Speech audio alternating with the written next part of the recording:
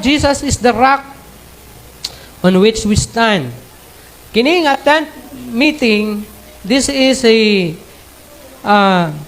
tent meeting na kinahanglan natong mubarog kita o mubarog kita diha kang Kristo. In verse 19 to 23, atong basahon.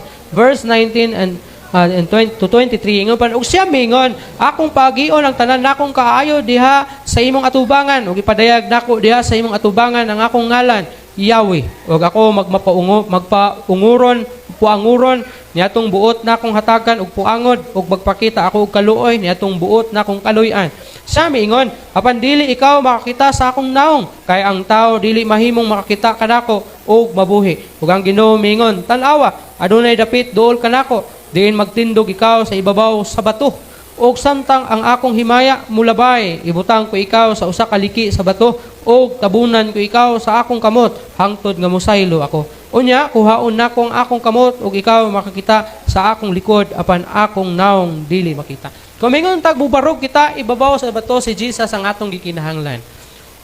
You need the Lord Jesus Christ aron ka makabarog nga lik-on, ingon nga usa ka Kristohanon.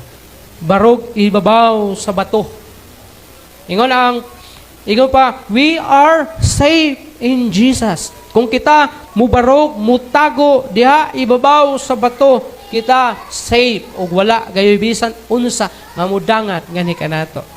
It is wise to build your steps and life on Jesus and His words. Mao na importante. It is wise nga imong tukuron ang imong kinabuhi diha kang Kristo ug sa iyang mga pulong para ikaw makabarog nga lig-on ug magpabilin ka diha kaniya. We have seen His face and believe. We have believed and seen His face.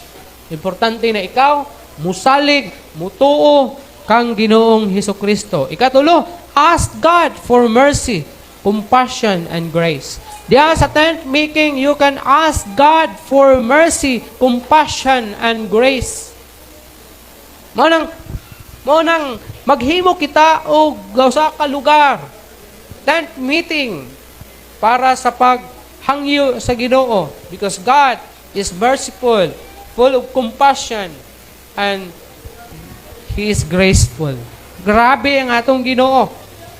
Pwede ta makakaplag kanyang kaluoy in verse 19 atong basahon, ingon pa diriya, ug siya mingon, akong pagion ang tanan nakong kaayo diha sa imong atubangan, ug ipadayag nako diha sa imong atubangan ang akong ngalan, Yahweh, ug ako magmapuanguron niadtong buot nakong hatagan ug puangod, ug magpakita ako og kaluoy niadtong buot nakong kaluy-an.